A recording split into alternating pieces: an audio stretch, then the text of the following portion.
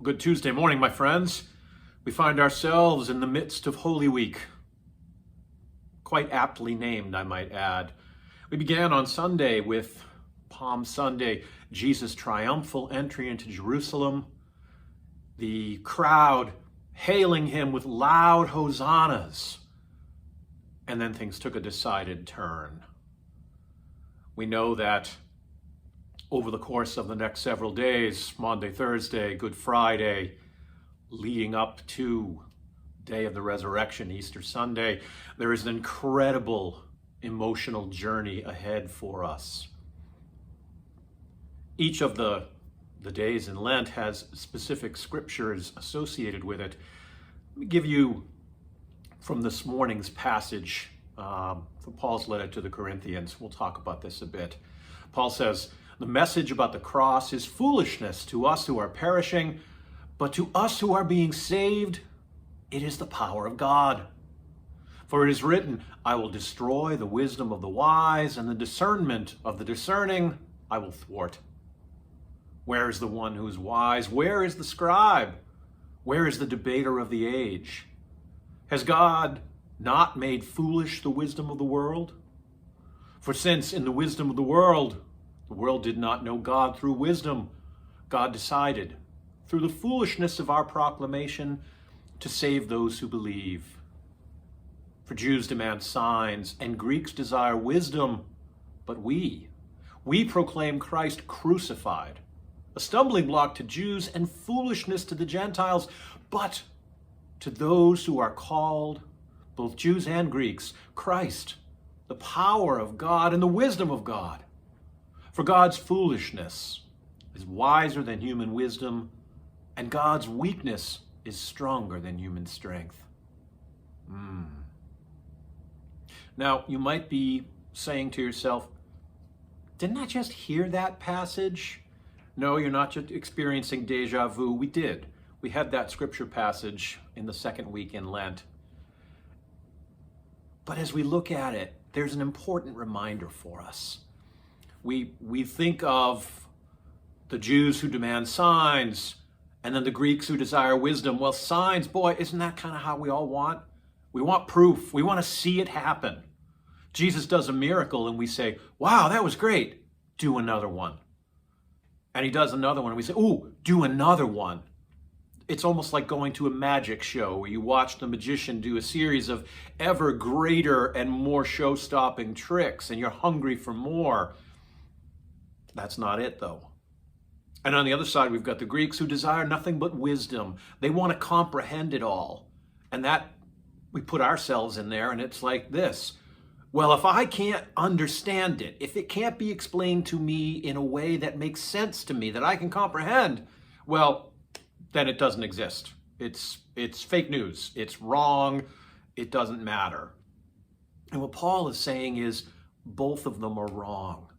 It's not about the signs. It's not about the knowledge. It's about God's ultimate sacrifice of himself. God so much loved the world, all the world, that he sent his only son to come to earth to sacrifice himself so that we would all believe and we would all be saved. That's the power of the crucifixion.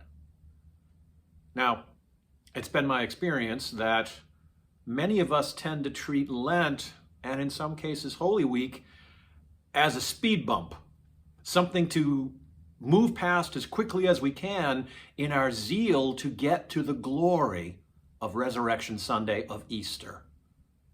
Now it makes sense. We are an Easter people, and the risen Jesus is ever so much more relatable than the Jesus who's about to suffer and be arrested and tortured and carry his own cross on the Via Dolorosa to Golgotha, where he will be crucified and killed.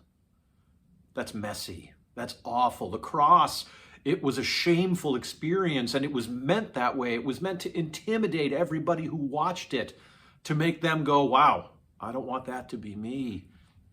We shy away from the experience of the cross on Good Friday, but that, my friends, is what gives it its power. we get to know that Jesus did all of that willingly for us. That experience of the cross, painful, agonizing, messy, embarrassing, humiliating, world-ending, is in fact the path to life.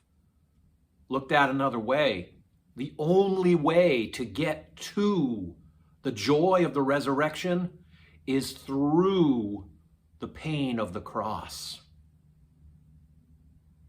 20th century theologian Dietrich Bonhoeffer put it this way. He suggested a new trinity, that of the incarnation, the crucifixion, and the resurrection. And I think he's on to something there. God came to earth to become one of us, to give us a way to relate to God. God chose to go through the pain and agony of the crucifixion, knowing that the resurrection would be what changes everything. And so, my friends, let's not, in our zeal to get to Easter and the resurrection, let's not lose sight of the messiness of the crucifixion, for that, too, is our inheritance of faith, and a tangible reminder of what Christ was willing to do for us. And so this week, I encourage you, take opportunities to come to the Maundy Thursday service, to be part of what we do on Friday. Come to the Easter Vigil on Saturday, where we begin in darkness and we have Old Testament readings. We will baptize new members into our church, and then we will celebrate the first Easter Eucharist. And Sunday morning, well, Sunday morning needs no build-up, because you know what to expect on Sunday. But my friends, today's Tuesday message ends with this. Don't shy away from the cross, embrace the cross. For that is where we can leave the burdens of our own cross at the foot of Jesus' cross. May God bless you through your journey through this Holy Week.